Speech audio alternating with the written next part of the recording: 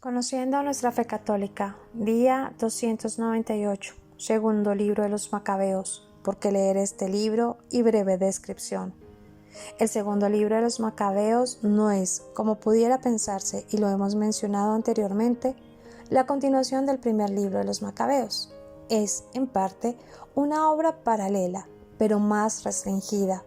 Gira alrededor de las hazañas de Judas y se detiene en la victoria de éste sobre Nicanor, es decir, va aproximadamente desde el año 180 al año 160 a.C. No se conoce el nombre del autor.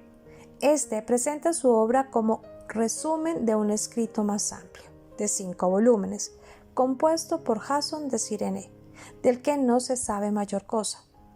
Tanto el original como el resumen se escribieron en griego.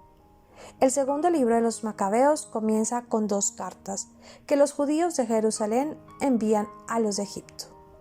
En ellas se exhorta a celebrar la fiesta de la dedicación del templo, instituida por Judas Macabeo. La historia propiamente dicha comienza en Primera de Macabeos, capítulo 2, versículos 19 al 32. Con un prefacio en que el autor explica sus intenciones y su método. Con mucho trabajo ha resumido los 5 tomos de Jasón de Cirene. El autor del resumen, sin duda, añadió algunos elementos propios. El telón de fondo de esta historia son los intentos de los reyes de la dinastía selúcida, especialmente Antíoco IV, de imponer la cultura y religión griegas en Israel, con el apoyo de algunos judíos, y la lucha de muchos otros por mantener su identidad religiosa, cultural y política. El autor presenta la historia de este periodo con una visión teológica, dentro del esquema fidelidad, pecado, castigo, misericordia. Cuando el cargo de sumo sacerdote lo ejerce un hombre fiel, el templo es inviolable. Capítulo 3. Viene luego un periodo de decadencia y pecado. Segunda de Macabeos, capítulo 4, versículo 1, capítulo 5 al 10, que lleva inevitable al castigo.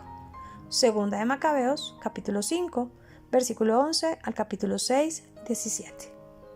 La fidelidad de algunos que prefieren el martirio a quebrantar la ley apacigua la cólera de Dios. Segunda de Macabeos, capítulo 6, versículo 18 al capítulo 7, versículo 42. A esto se unen las oraciones del pueblo, y el Señor se aplaca, y Judas derrota a los paganos y purifica el templo. Segunda de Macabeos, capítulo 8, versículo 1, al capítulo 10, versículo 8. Vienen nuevas luchas con otros pueblos y nuevas victorias de Judas. Segunda de Macabeos, capítulo 10, versículo 9, al capítulo 15, versículo 39. 3 temas principales concentran la atención: Dios, el templo, la ley.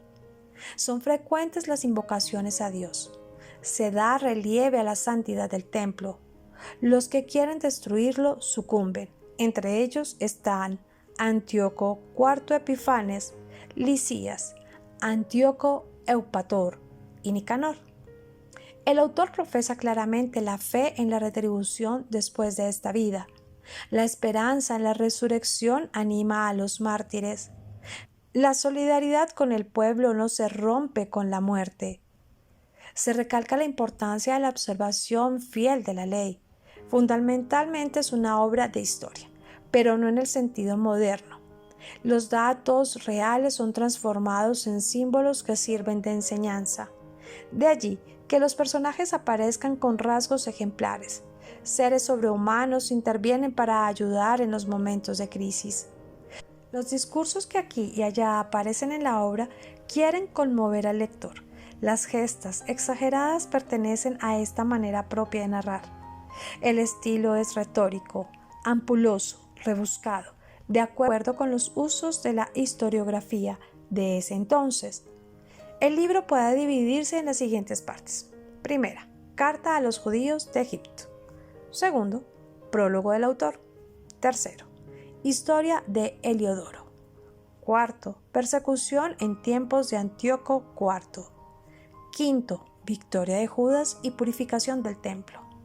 Sexto, luchas con los pueblos vecinos y con los lisías. Y séptimo, lucha con Nicanor. El libro tiene importancia por las afirmaciones que contiene sobre la resurrección de los muertos, las sanaciones de ultratumba, la oración por los difuntos, el mérito de los mártires y la intercesión de los santos.